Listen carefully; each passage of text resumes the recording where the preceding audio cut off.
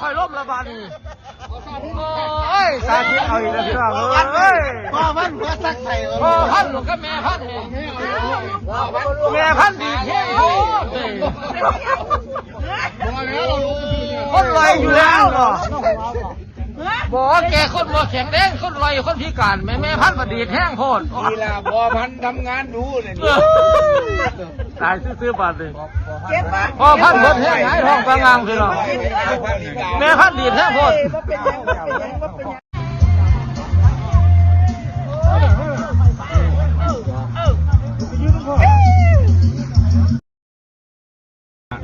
เจ้าเนี่ยบุเจ้าของ50,000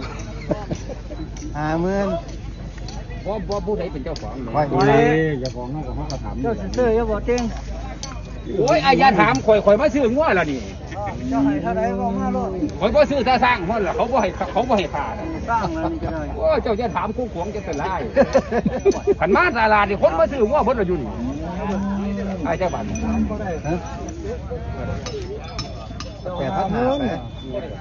ที่เท่าไหร่เอา5,000ไปอันไอ้ซาดให้ข่อย6,000อยู่ว่างั้นเท่าไหร่เจ้าขายเลย8,500ร้อยพันคือบ่รักเอาดอก8,500งัวเหนือนี่รักถูกทำไมจริงมันถอยถูกทำไมแต่อย่างเดียวนี่รักคอยเบิ่งซีนสันมันก่อนมันสลัดนี่เลยขายแต่สันย่างเดียวขายบ่ขาย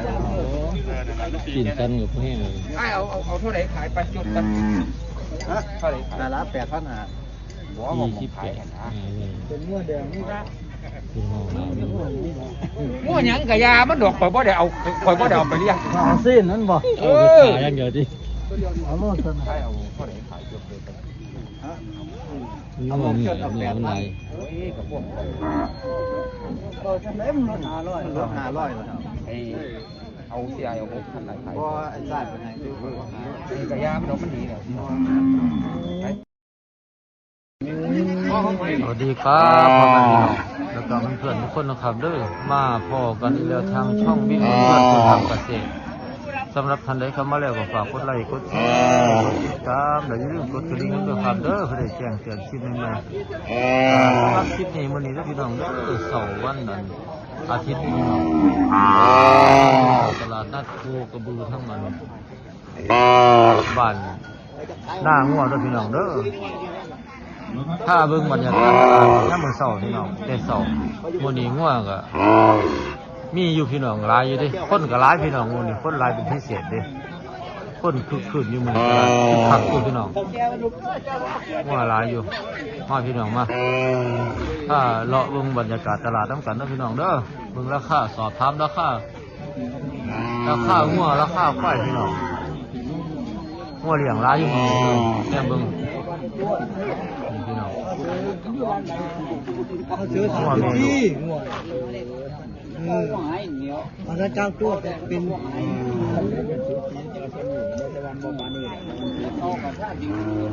แม่ลูกแม่อย่างดีพี่น้องว่าลูกแม่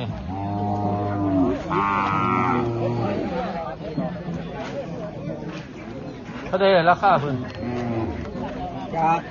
50แล้วครับ50,000แม่ลูกครับลูกจักตัวเหรอลูกแรกเด้ผมว่าลูกแรกเนาะแม่เพิ่นก็แม่ก็สมเนาะพร้อมสิขึ้นโอ้แม่พร้อมขึ้นเนาะบ่แม่นพร้อมบ่แม่นสมพร้อมบ่แม่นสมพร้อมสิขึ้นครับประมาณอีกประมาณ15มื้อนี้ได้สมแน่นอนเนาะเพราะว่าลูกมันก็ใหญ่ลูกตัวแม่เพิ่นสูงเท่าไหร่ความสูงเพิ่นนี่ก็130บวกต้นนี่แหละครับ130เนาะราคาดีบ่นี่ราคาก็ว่า50แล้วครับโอ้ราคา50,000เนาะครับราคานี่ต่อรองได้เนาะครับต่อรองได้อยู่ใกล้ๆก็คุยกันตาม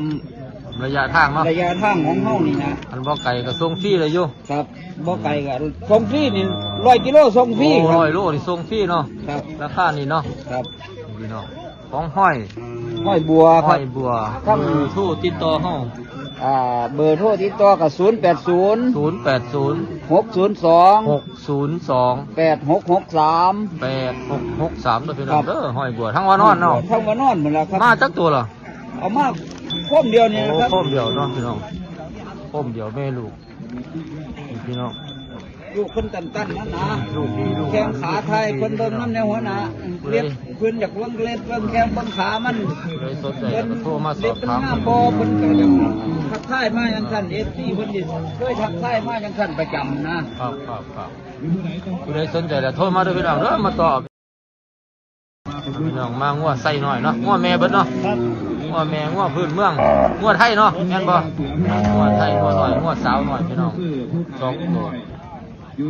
ราคาเท่าไหร่ผู้เบิด นี่ได้39ครับ ราคา39,000เนาะสองตัวนี่เนาะนี่พี่น้องสองตัวราคา39,000เป็นงัวไทยพี่น้อง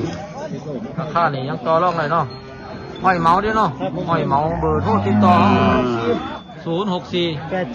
876 6394 6394ได้พี่น้องเด้องัวเลี้ยงพี่น้องงัวเลี้ยง ใจโทรมาครับ ราคานี่ต่อเอาเนาะต่อรองไว้หลายอยู่พี่น้องเพิ่นว่ามาต่อเอาด้วยพี่น้องเด้อเป็นงัวเลี้ยงพี่น้องมาพี่น้องมาเบิ่งของงามของไผล่ะ ของผมนี่ ขอ ล่ะ งไอ้ทินไอ้ทินไอ้ทินนี่เอ้ยเจ้าของงามนี่ ก็เบิ่ง ของสิได้เพิ่นบ่เล่นดิมันเสื่องเอาไปนี่ เครื่องแล้วล่ะครับ โอ้สมเรียบร้อยเนาะสมยังละไป ผมโตเว้ย สมโตไว้พี่น้องสมจักเดือนแล้ว ก็ได้เดือนกว่า2 เดือน โอ้เพิ่งสมเนาะประเภทแดงนี่จึง ก็ได้ว่าได้เดือน2 เดือนแล้ว ผ่านเดิมเนาะง้อได้พอ เอาไปรุ่นเอาแต่ว่าบ่กล้ารับเด้ซ้ำมื้อนี่ โอ้ยัง ถ้าก่อนมันก็จ้อยมันนั่นเฮามันเลี้ยงไว้2 เดือน แต่ว่าหัน มันอ้วนขึ้น แต่ว่าหันเสื่องไว้แล้วแต่ว่าหันบ่ประกันเนาะ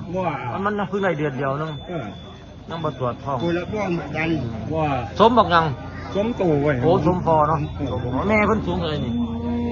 ต้นสูง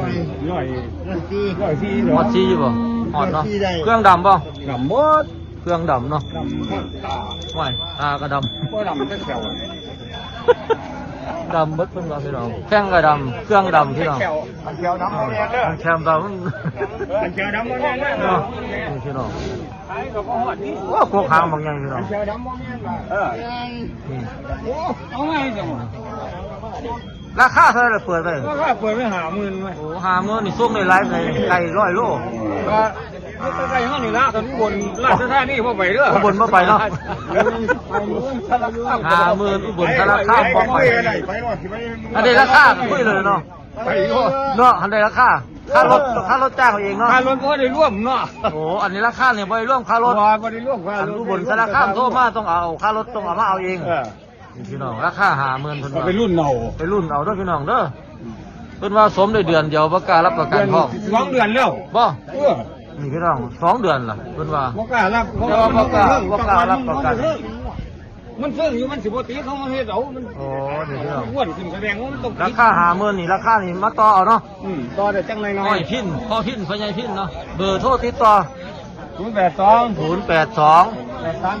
837 4195พี่น้องน้อยพินทางสว่างพุ่นล่ะพี่น้องผู้ใดสนใจก็โทรมารถพี่น้องแต่ว่าหันอยู่ไกลเพิ่นว่ามาแก้วเองว่าซั่นเพิ่นบ่มีรถเพิ่นบ่มีรถส่งพี่น้องเพิ่นจ้างรถเขาเจ้ามา อันใกล้ๆเพิ่นก็พอสิส่งได้อยู่ ถึงก็สิมีคุณ บ่โอ้หันค่ายถึงรถก็มีมารถเนาะ กันใต้ถึงมีรถอยู่ เพิ่นบ้านค่ายถึงมีรถมาที่พี่น้องพี่น้องผู้ใดสนใจก็ลองโทรสอบถามเลยพี่น้องเด้อมีแต่หมองงามๆพี่น้องนี่แม่นี่ก็งามของห้อยขวดห้อยขวดนี่แข้งขาทั้งบาทละนี่ราคาเปิดไปเท่าไหร่ล่ะ47หาเอาซองไปซื้อยังละบาทนี่โอ้ส้นมันดังเนาะพี่น้อง47,000กับ500เนาะแม่สาวท้องว่างยังผสมน้อยหน่อยอยู่พี่น้อง47,000กับ500ราคาห้องหัวลุ้นดังดีเนาะ รุ่นยางดี ความสูงเด้บาดนี่ พอได้30 100เท่าไหร่140 135 35 4ว่าไม่เท่าไหร่เกิน 135เนาะยังบ่ฮอดบ่เลี้ยงไปอีกเนาะก็ฮอดเนาะเรื่องเพิ่นว่าสาธิตว่าเลี้ยงไปก็จะว่าจะฮอด104เดือน135ราคา41 47โอ้เลข7พี่น้อง47 500เด้อพี่น้องเด้ออันนี้ก็แม่นเนาะนี่ก็แม่นแม่สาวกันพี่น้อง แม่สาวหน่อยแข้งดำหูดำเครื่องครบเครื่องเนาะสีเข้มดีพี่น้องตัวนี้เป็นสาวหน่อยคือกันความสูงก็ไล่เรียกกันพี่น้องกับตัวเมื่อกี้นี่ความสูง135นี่แหละพี่น้องราคาเดี๋ยวบัดนี้ 37,000 ราคา37,000หันบ่มี500เนาะ ผมมี500บ่ต้องเอามันหลัง โอ้อันนั้น5,500อันนี้บ่มีพี่น้องสีต่ำกว่าจังน้อยตัวน้อยกว่ากันนิดนึงพี่น้องราคานี่ต่อเอาเนาะ ตัวรอง หอยพ่วนเบอร์โทร 065 065 016 016 3328 3328นะพี่น้องเด้อนี่พี่น้อง ของน้อย มันพี่น้องมาของเบิ่งอันของหอยทองไส้นี่เนาะแม่นบ่ฮะหอยเบ็ดบ่หอยบาทหรือหอยเบ็ดบ่แม่นทองไส้เด้อจ้าหอยเบ็ดเด้อเนาะสิเนาะหอยเบ็ดพี่น้องบ่เห็นกันดนพี่น้อง มันเป็น หอยเบ็ดสีแดงพี่น้องเป็นแม่สาวบ่ ครึ่งสองวันที่สองครับ โอ้สมเป็นท้องแรกมันเป็นลูกก็ลองท้องแรกเนาะ บ่แม่นสองที่สองสองวันที่ โอ้มันเคยผ่านแม่ผ่านลูกมาแล้วทีนึงแล้วเนาะ อายุเนี่ย สมได้ตั้งมือก่อน สองวันที่สอง วันที่2ตั้งเมื่อที่อะไรมือนี่จ้ะ มึงครับ วันที่10 11 10 เนาะเฉพาะ10มื้อพี่น้องยังบ่ผ่านรอบดอก เป็นต้องขวาง จะไปรุ่นเนาะ กูมือ สูงเท่าไหร่ดิความสูงเพิ่น ผมบ่ได้ว่าจะได้จิตผมออกมันได้ 104ขึ้นบ่ขึ้นนี่เนาะ ครับ 104ขึ้นนี่พี่ เพ น้อ ราะ ง ว่าจะนั่นกันครับ มันแม่ลูกกันบ่ บ่แม่น บ่แม่นเนาะเป็นแม่ท้องผ่านลูกทีนึงแล้วพี่น้องเพิ่นว่าสมไว้ยังบ่ดุนดอกราคาเปิดไปหลายปานใด ตัวนี้ครับ ครับ เปิดแป้น65ครับ 65เนาะนี่พี่น้องเพิ่นว่าราคา65ราคานี่ต้องมาต่อเด้อพี่น้องเด้อมีอีกแม่หนึงพี่น้องอีกแม่หนึงพี่น้องดูจะกวนนิดหน่อยพวกนั้นระวังดีๆละจูอีแม่อันนี้แม่มันม่านบ่นี่ อันนี้ม่านครับ โอ้แม่ม่านเนาะได้ลูกจักตัวแล้ว อันนี้ลูก ลูกสอง ตัวสองในท้อง ลูกสองในท้องประกันท้องนั่นตัวนี้เนาะนี่พี่น้องเพิ่นประกันท้อง ครบ โอ้สมยังไว้ เดี๋ยวผมเอาไปไม่ เนาะพี่น้องเบิ่งใบมีใบอยู่พี่น้องเพิ่นว่า มีแบบ เพิ่นว่าประกันประกันท้องงัวคอกพี่น้องตัวเท่าไหร่เนาะแม่นอยู่แล้วขาด45เขาขาดแต่ว่าเป็นงัวสีเพิ่นสีเม็ดข้าวเปลือกนี่เนาะแต่ว่าเครื่องดำเพิ่นว่าประกันท้องมันสมไว้แล้วว่าตัวนั้นก็สมเพิ่งหันบ่ผ่านรอบตัวนี้เนี่ยผ่านแล้วตัวนี้ประกันท้องนี่พี่น้องนี่พี่น้องมีเพิ่นสมใบพี่น้องใบเพิ่นเนาะ ตัวนี้มันจะได้อยู่ประมาณ5 ตัวใหญ่นี่เนาะใบตัวใหญ่พี่น้อง เป็น เจ้าโชคบ่หรือยังซื้อเพิ่นเนาะนี่พี่น้องเพิ่นสมใบแต่วันที่16กรกฎาคมเพิ่นผสมเนาะแม่นเนาะ ครับ นี่พี่น้องแต่ว่าตัวนี้นั่นอันตัวแดงนั่นเนาะนี่พี่น้องตัวแดงน่ะสมใบแต่ว่ายังบ่ผ่านรอบเด้อพี่น้องเด้อช็อกโกแลตพี่น้องเพิ่นสมใบตัวแดงน่ะตัวแดงน่ะเพิ่นเปิดไว้ราคา65เนาะ ครับ เจ้าแม่นี่เด้บัดนี้ แม่เนี่ยครับ เปิดแป้น62ครับ 62เนาะราคาต่ำกว่าแม่นั่นพี่น้องราคานี่ยังต่อได้เนาะต่อได้เด้อพี่น้องเด้อห้อยหยังล่ะ ห้อยเบน ห้อยเบ็นเนาะเบอร์โทรติดต่อเฮาเบอร์ 082ครับ 082 22 22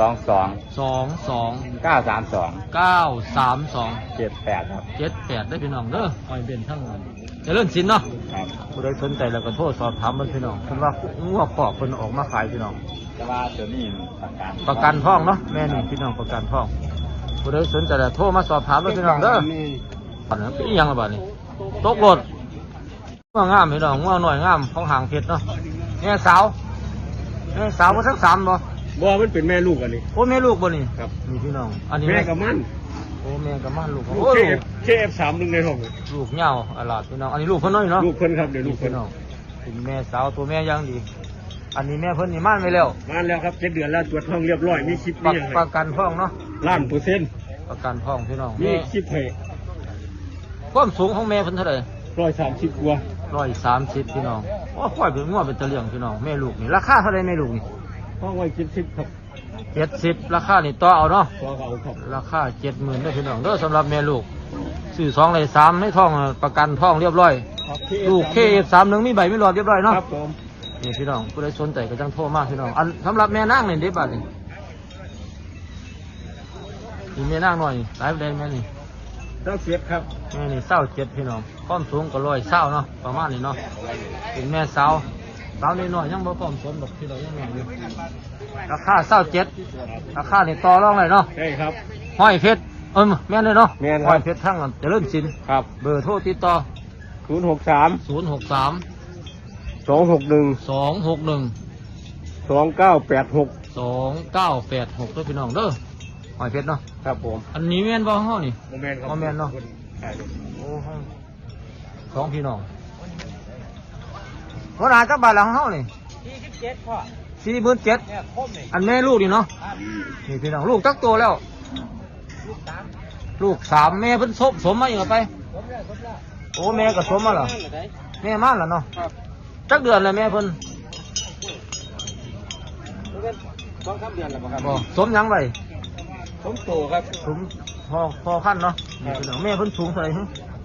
ความสูงของแม่ ใช่ที่ประมาณ138นี่แหละครับ 138เนาะเป็นลูกเป็นตัวที่ ลูกตัวที่2 ที่สองลูกแม่เนาะ ลูกที่2ลูกที่3ครับ ลูก2ลูกแม่ยังดีเนาะ ครับ ราคาหลายมันเลยราคาเปิดไป 47ครับ ราคา47,000เด้อพี่น้องเด้ออันนี้เด้บัดนี่แม่นี่แม่ของเฮาบ่ แม่นครับแม่น อันนี้แม่นางบ่ ครับแม่ม่านเด้อ โผม่านเนาะม่านทองเนาะ ไปเรียบร้อย นี่พี่น้องสมพริกแดงไว้โอ้พี่น้องเพิ่นว่าสมพริกแดงไว้ใบให้บ่ได้ถือมานำอันผู้ใดสิซื้อขายก็มีใบมีพร้อมใบให้เบิ่งพร้อมพี่น้องสูงเท่าไหร่120เท่าไหร่ความสูงเพิ่น 130ขึ้นอยู่ครับ 130เนาะ 130บวกครับ บวกพี่น้องเครื่องดำนี่พี่น้องเครื่องดำเป็นว่าสีเม็ดข้าวเปลือกพี่น้องราคาวัดท่องไว้37,000พี่น้องเด้อราคานี่ต่อรองเลยเนาะต่อรองเลยบ่ถึง3พี่น้องห้อยหยังล่ะซื้อเฮาห้อยวี่เด้อพี่น้องวี่ห้อยวี่ทั้งบ้านว่าน้องบัวงามพี่น้องเบอร์โทรติดต่อเบอร์065 261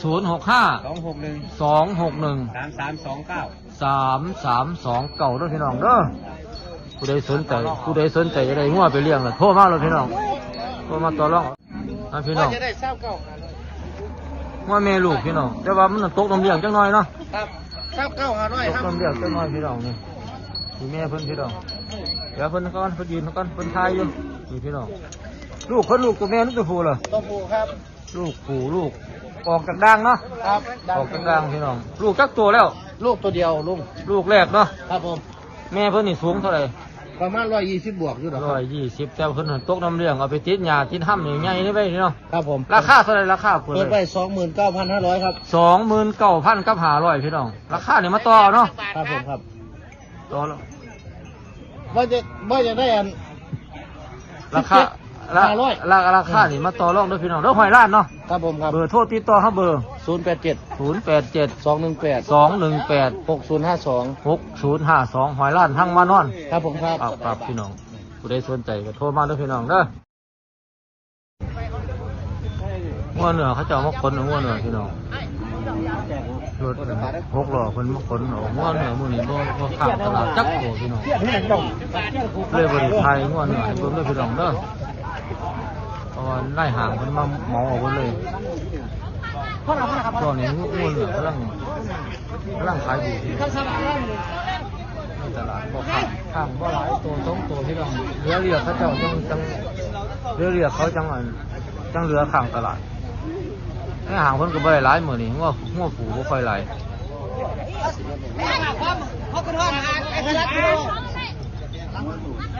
เรือนี่ก็เป็นงัวเลี้ยงพี่น้องก็เป็นงัวแม่ท้องหลายงัวผูเบิดพี่น้อง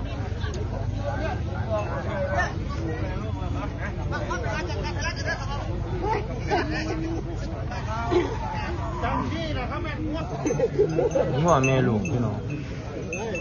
ลูกกักตัวเหรอ ลูกตัวเดียวเนี่ย ลูกแรกเนาะ ลูกแรก ลูกผูแม่เพิ่นนี่ท้องว่างเนาะ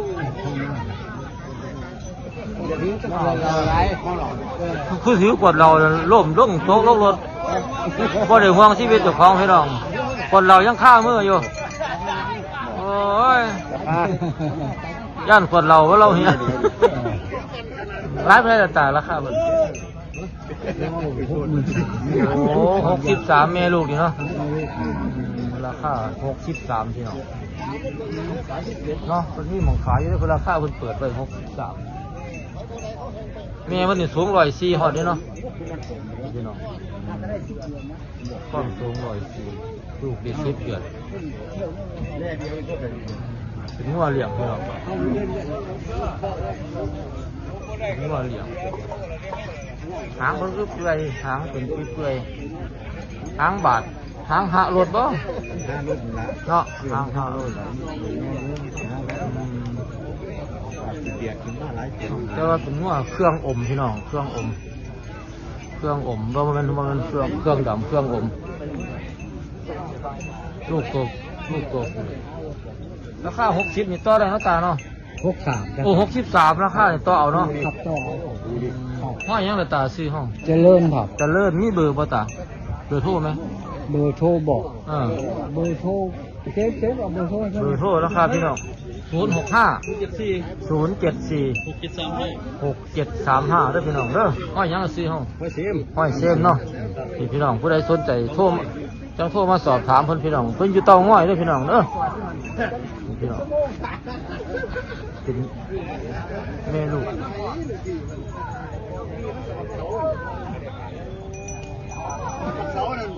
เลยสนใจจังโทรมาสอบถามเพิ่นเบิ่งงัวดำพี่น้องงัวแม่สาวปะแม่สาวออกดำโอ้มันเหรอเนาะแม่สาวมันลูกเนาะเครื่องกระดำโตกระดำสูงเท่าไรความสูงคน104เนาะมีหลายอยู่จังยังม่านจักเดือนแล้วสมใบไปบ่บักยังเลยมันสมเคบเลยก้อนสูง130เนาะ130บวกอยู่หรอบ วกเนาะมันได้จักเดือนสมใบ มันหีบวกอยู่มันหลายเดือน ใกล้สิออกแล้วเนาะนมก็โอ้นมจางแล้วเนาะนมจางละ5-6 เดือนประกันท้อง ประกันท้อง ราคาดีเบิดราคาประกัน ค่าประกัน37 37,000แต่ว่ายังต่อได้อยู่ เกิดรอได้อยู่ ต่อหันว่าหลายหรือหลายได้หลายเนาะรู้ได้อยู่เนาะหอยนันเนาะหอยนันเบอร์โทรติดต่อ065 0831 เด้อพี่น้องเด้อหอยนันผู้ใดสนใจได้ไปเลี้ยงแล้วโทรมาเลยพี่น้องโทรมาต่อเอานี่รถส่งเรียบร้อยเนาะ นี่เป็น ส่งเรียบร้อยพี่น้องไอ้หอยเขาห่างตีเนาะโอ้แม่ลูกจักตัวลงเขาน่ะ ตัวเดียวลูกแรกเนาะ ไอ้โบ๊ะ แม่บอกแม่มันนี่สูงเท่าไหร่ ไปโคราช เนาะ145เกือบ150พี่น้องสมใบไป ครับแล้วครับโต โอ้ทับตัวไว้สักเดือนแล้ว ก็ได้เดือนนี่ ผ่านเดือนหนึงแล้วเนาะพี่น้องราคาเพิ่นแม่ลูกเท่าไหร่แม่ลูกเปิด แม่เปรี้ยว อันนี้แม่ลูกราคาเปิดเลย เปิดไว้73 73,000เนาะราคานี่ทั้งบ่ต่อเนาะอันนี้แม่นี่แม่เปรี้ยวบ่ ครับ มีลูกบ่ในท้อง รับแล้วครับ โอ้ทับแล้วเนาะทับยังไว้ตัวนี้ ครับโตครับ โอ้สมโตไว้ผ่านเลยเนาะ ครับ ผ่านรอบเรียบร้อยแล้วสูง145เกือบ50คือกันพี่น้องสีแดงเครื่องดำพี่น้องราคาหลายปานใด 47ครับ 47,000ราคานี่ต่อรองเลยเนาะมา3ตัวนี่บ่ ครับ ห้อยตีเนาะเบอร์โทรติดต่อเฮาเบอร์ 080 080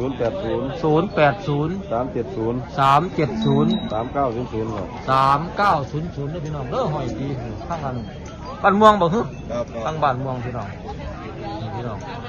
ผู้ใดสนใจก็โทรมาสอบถามมาต่อรองเอาพี่น้องแกงค้าก็ดีผู้ตัวอยู่พี่น้องพี่น้องโทรมาเด้อพี่น้องเด้อถ้าผู้ใดสนใจแม่ลูกพี่น้องแม่ลูกลูกผู้ลูกแม่ลูกโอ้ลูกผู้พี่น้องแม่ลูกผู้แม่นี่มันจักเดือนแล้ว มันก็ได้ทิศนู้น ผมมันได้อาทิตย์เดียวพี่น้องมันได้ลูกจักตัวแล้วแม่เพิ่น ลูกเนี่ย เป็นลูกแรกเนาะถึงว่าลูกแรกพี่น้องลูกตัวผู้แม่เพิ่นนี่สูงเท่าไหร่สูง120กว่าเศร้าหาเนาะนี่พี่น้องแล้วว่าแม่นี่ท้องว่าง ราคาแม่ลูกนี่เปิดไปเท่าไหร่ แล้วได้ที่หา 45พี่น้อง45ลูกเป็นลูกลูกสีแดง สีแดงราคานี่เปิดไว้45ราคาต่อรองเลยเนาะห้อยหลงเลยเนาะ ภาพปรับมาลง ห้อยหลงเบอร์โทรติดต่อเฮา082 082 909 909 4151 4151ห้อยหลงทางไหนบ้าน บ้านสงใต้บ้านบงใต้พี่น้องบงใต้เด้อพี่น้องเด้อผู้ใดสนใจโทรมาเลยพี่น้องโทรมาต่อรองเท่า3,500พี่น้องราคาขายรถเนาะต่ออีกบ่ได้เพราะว่ามันลดมาแล้วมันสวยแล้วเนาะนี่พี่น้องมันได้ลูกจักตัวแล้ว ลูก3ตัวนะ โอ้ลูก3เนาะ ลูก3 ลูก3แต่ว่าหันท้องว่างเนาะ ห้องว่าง ราคาเศร้า3ราคาขายเลยพี่น้องคนว่าห้อยยังล่ะซื้อ ห้อยจอม ห้อยจอมทั้งไรบ้านทั้ง ทั้งคุณละคำ คุณเลือกคำมีเบอร์โทรบ่ 064 064 8843 8843 770 770ห้อยจอมเนาะ ครับ ทั้งคุณเลือกคำพี่น้องผู้ใดสนใจก็โทรมาด้วยพี่น้องเด้อเศร้า3พี่น้องอันนี้แม่ก็ไซแม่สายคุณ36,500เนาะนี่พี่น้องเป็นงัวคุณราคานี่ต่อรองเอาเนาะมันงัวเนื้อเนาะห้อยจอมพี่น้องเจ้าเดียวกันก็เป็นพี่น้องผู้ใดสนใจแล้วโทรมาโหลดพี่น้องมาต่อรองเอาพี่น้องมาเป็นงัวไทยเนาะ ครับผม งัวไทยพี่น้อง บามันเลยครับ ปลามันตัวแดงเป็นปลามันแล้วอันแม่น่ะก็แม่ลูกบ่น่ะ แม่นครับแม่น อันนี้ลูกตัวไหนนี่ มันแม่นเดียวนี่ครับขาย โอ้มาเดียวเนาะอันนี้เป็นงัวผูเนาะ ครับผม งัวผูเขาหน่อยราคาเท่าไหร่ตัวนี้ 15ครับ 15เนาะอันนี้เป็นแม่ม่านบ่หรือแม่เดียวแยกลูก เดียวครับแยกลูก เป็นงัวปลามันออกปลามันหัวหลุน หัวลุ้น ความสูงเพิ่นสิ125เนาะ ด้วย30 ราคาเพิ่นเปิดเวลาเลย เปิดไป30,000เอฟครับเลย 31เนาะ ครับผม นี่พี่น้องอันนี้เป็นแม่ลูก ครับอันนี้แม่ลูก แม่ลูกเป็นงัวไทยพี่น้องแม่ลูกจักตัวแล้ว ลูก2ตัวครับ2ตัวพันแล้วตัว ลู ที่ ก 3 สอง พัน โอ้ท้องเพิ่นก็ได้4เดือนแล้ว 4เดือนครับ นี่พี่น้องความสูงประมาณนี้เท่าไหร่ เม็ดเช้าครับเม็ดเช้า เม็ดเช้าเนาะ ครับผม เป็นงัวแม่ลูกงัวเพื่อนเมืองลูกตัวผู้พี่น้องซื้อ2ได้3เพราะว่าแม่นี่สมได้ เปิดไว้26ครับ 4เดือนนะราคา26,000เนาะ ครับผมซื้อ2ได้3 มี2ได้3ราคานี่มาต่อเอาเนาะอันนี้แม่นี่ก็แม่เนาะ ครับได้ขาวโค้งขาวครับ โอ้แม่นี่ ไว้50,000 ยังดูดนมอยู่50,000เนาะ ครับผม ลูก2ตัวแล้ว ครับตัวที่3,000ตัวที่2,000แล้วนี่ค ลู รับ ก2,000 แล้ แล้ว วพี่น้อง เข้าแล้ว ลูกตัวแม่บ่ ครับผม ลูกแม่ย่างดีพี่น้อง แม่งามพร้อม แม่เพิ่นนี่สูงเท่าไหร่เนาะ สูง140อยู่ครับ 104เนาะ138พี่น้องราคาห้องไว้ 50,000ครับ ราคา50,000เนาะ ครับผม ราคา50,000ตำหนิบ่มี บ่มีครับ รถส่งมีพร้อมเรียบร้อย ครั เนาะ บผม ประกันความส่งร้อยโลส่งฟรีบ่ ส่งฟรีครับคันเกิน100ก็ ก็ ซอยค่า ช่วยค่าน้ำมันนิดหน่อยเนาะพี่น้องช่วงนี้น้ำมันมันแพงนิดหน่อยเนาะ ครับผม ผู้ใดสนใจก็จังโทรมาหาหอยเฟื่องเนาะ ครับผม หอยเฟื่องทั้งอันบ้านดอนเฟื่อง ครับ เบอร์โทรติดต่อเฮา 087 087 255 255 1017 1017เด้อพี่น้องเด้อหอยเฟื่องพี่น้องผู้ใด ก็ได้เกษตรกรราคาคือ26ผู้ใดสนใจจะได้งัวเลี้ยงน่ะโทรหาเพิ่นเด้อพี่น้องเด้อมาต่อเอาพี่น้องนี่ เป็นตัวหมื่นแล้ว สำหรับคนที่ขึ้นบ่ค่อยหลายพี่น้องเอางัวเพิ่นเมืองไปเลี้ยงพี่น้องพี่น้อง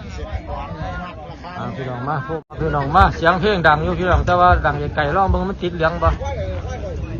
เป็นแม่ลูกแม่ม่านบ่ ตอนนี้สม2เดือนครับ โอ้สมได้2 เดือนพี่น้อง2 เดือนความสูงของแม่เพิ่นเท่าไหร่ ตอนนี้140 140เนาะ ตอนนี้หา เป็นแม่สาวท้องแรกเนาะสม4 เดือนเรียบร้อยเนาะราคาเด้บาดนี้ ราคาตัวนี้เปิดไว้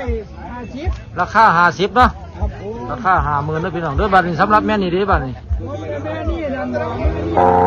ปิดไว้47,000พี่น้องเป็นแม่ม่านบ่ ตัวนี้สมโตตัวนี้ โอ้สมโตพี่น้องเพิ่นสมโต ตัวนี้ได้เดือนกว่า โอ้สมโตเพิ่งได้เดือนหนึงเนาะนี่พี่น้องความสูง104เนาะ ตัวนี้มันจะตก 105 104 105พี่น้อง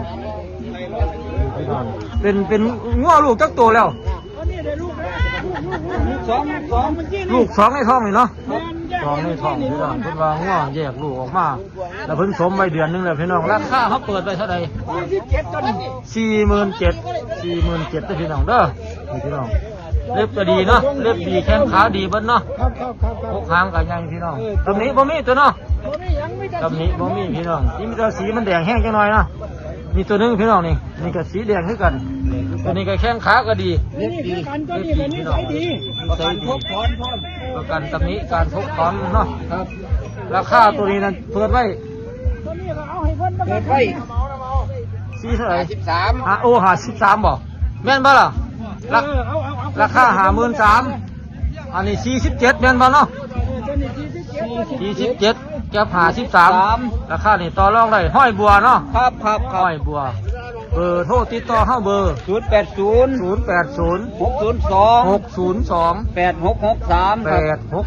8663เด้อพี่น้องเด้อ ทีมงานเดียวกันกับพ่ออบตติ้งล่ะครับ ครับผู้ใดสนใจละโทรมาเด้อพี่น้องเด้อ